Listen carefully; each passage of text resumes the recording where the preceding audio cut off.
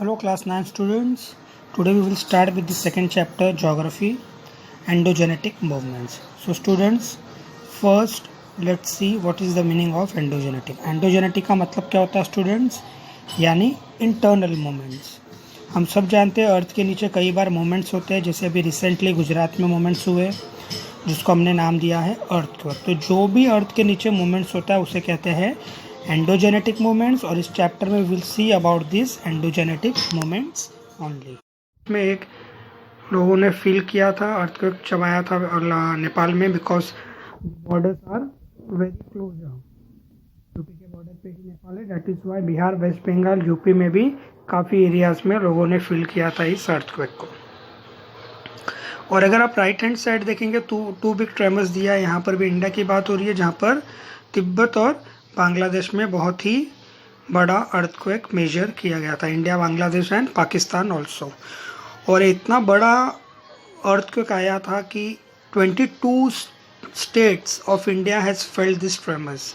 Total हमारे 29 states है, जिसमें से 22 स्टेट्स में लोगों ने फील किया कि अर्थ शेक हुआ था. तो आप सोच सकते हैं कितना बड़ा अर्थक्वेक था. अब इसी आर्टिकल से रिलेटेड बिलो आप देखोगे तो क्वेश्चंस पूछे गए हैं. एक क्वेश्चन के आंसर आपको करने हैं एज अ होमवर्क.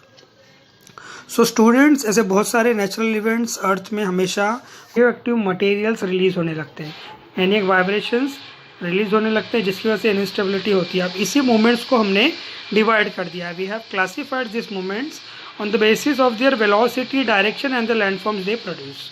यानी इस मूवमेंट्स को हमने बता दिया. वेलोसिटी का मतलब होता है स्पीड, यानी हमने डिवाइड किया है उस मूवमेंट को उसके स्पीड यानी वेलोसिटी के हिसाब से, किस डायरेक्शन में वो मूवमेंट हो रहा है और उस मूवमेंट की वजह से कैसे. ऊपर आप देखोगे पेज नंबर 11 में बेसिस ऑफ क्लासिफिकेशन दिया है. वेलोसिटी कैसा हो सकता है? Slow movement, sudden movement. Slow movement जब आता है अर्थ के नीचे तो क्या होता है? माउंटेन्स और कॉन्टिनेंट्स फॉर्म होते हैं. जो माउंटेन्स देखते हैं ना, हमको एक पिच शेप में दिखता है, काइंड ऑफ ट्राइंगल, तो कभी न कभी एक फ्लैट लैंड था. लेकिन अर्थ के नीचे जो कंटिन्यूसली स्लो मूवमेंट्स हो रहा था उसकी वजह से इस लैंड पे प्रेशर बिल्डअप होने लगा और ये धीरे धीरे देखते देखते ऊपर की ओर बढ़ने लगा और एक तरह का इसने माउंटेन का शेप ले लिया. सडन मूवमेंट यानी अचानक कोई मूवमेंट होना, जैसे अर्थक्वेक, वोल्केनो. डायरेक्शन, अभी मूवमेंट्स अलग अलग डायरेक्शन में भी आते हैं. Horizontal direction, upward, downwards movement. Horizontal direction यानी पैरेलल लाइंस, हॉरिजॉन्टल डायरेक्शन में ऊपर के डायरेक्शन में, डाउनवर्ड्स नीचे के डायरेक्शन में. लैंडफॉर्म्स कैसे कैसे फॉर्म हो सकते हैं? कॉन्टिनेंट क्रिएट हो सकता है, प्लेटोस क्रिएट हो सकते हैं, हाईलैंड्स. हाईलैंड्स यानी जो फ्लैट लैंड था, नीचे लैंड में प्रेशर की वजह से लैंड ऊपर हो गया, एक ऊंची हाइट तक चला गया, जिसको हमने हाईलैंड्स बोला. माउंटेन बिल्डिंग, जैसे मैंने बोला, माउंटेन्स फोल्डिंग किस्म के भी हो सकते हैं, फोल्डिंग किस्म के भी. फोल्डिंग यानी हमने देखा रहेगा कई बार माउंटेन्स के सरफेस पे अपर पार्ट पे किस तरह के सर्कल्स क्रिएट होते हैं, दैट इज फोल्डिंग. और फॉल्टिंग यानी जो क्रैक्स क्रिएट हो जाता है. अब देखो, इसी मूवमेंट्स को एक्सप्लेन करने के लिए हमने नीचे देखा इफेक्ट, प्रेशर एंड टेंशन. यानी जो वेव्स डायरेक्शंस पे आ रहे हैं, जो मूवमेंट्स हो रहा है. Now see the pressure, waves moving towards each other. जब वेव्स आपस में टकरा के दूर हो जाते हैं, जो दूर होने वाला प्रोसेस है, the waves which are moving away from each other, उसको हमने क्या बोला? टेंशन.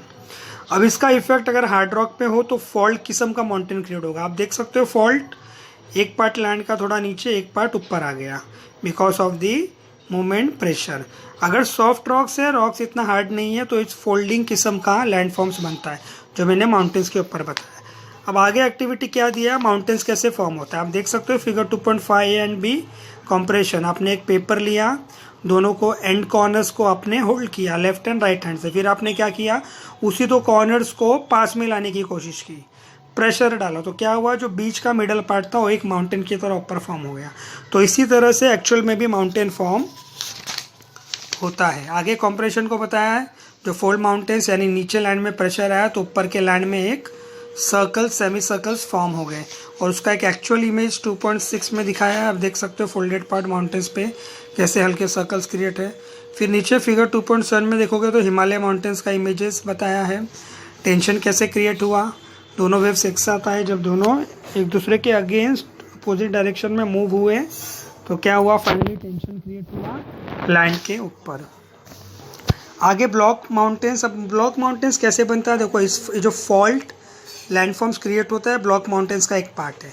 पहले लैंड एक साथ में थे, जब नीचे मिडिल पार्ट में, यानी जो मैंने बोला था moments horizontal upward downward upwards जब हुआ मिडिल पार्ट में, तो क्या हुआ, उसका मिडिल पार्ट ऊपर की तरफ आ गया। This is effect of tension, this is known as fault.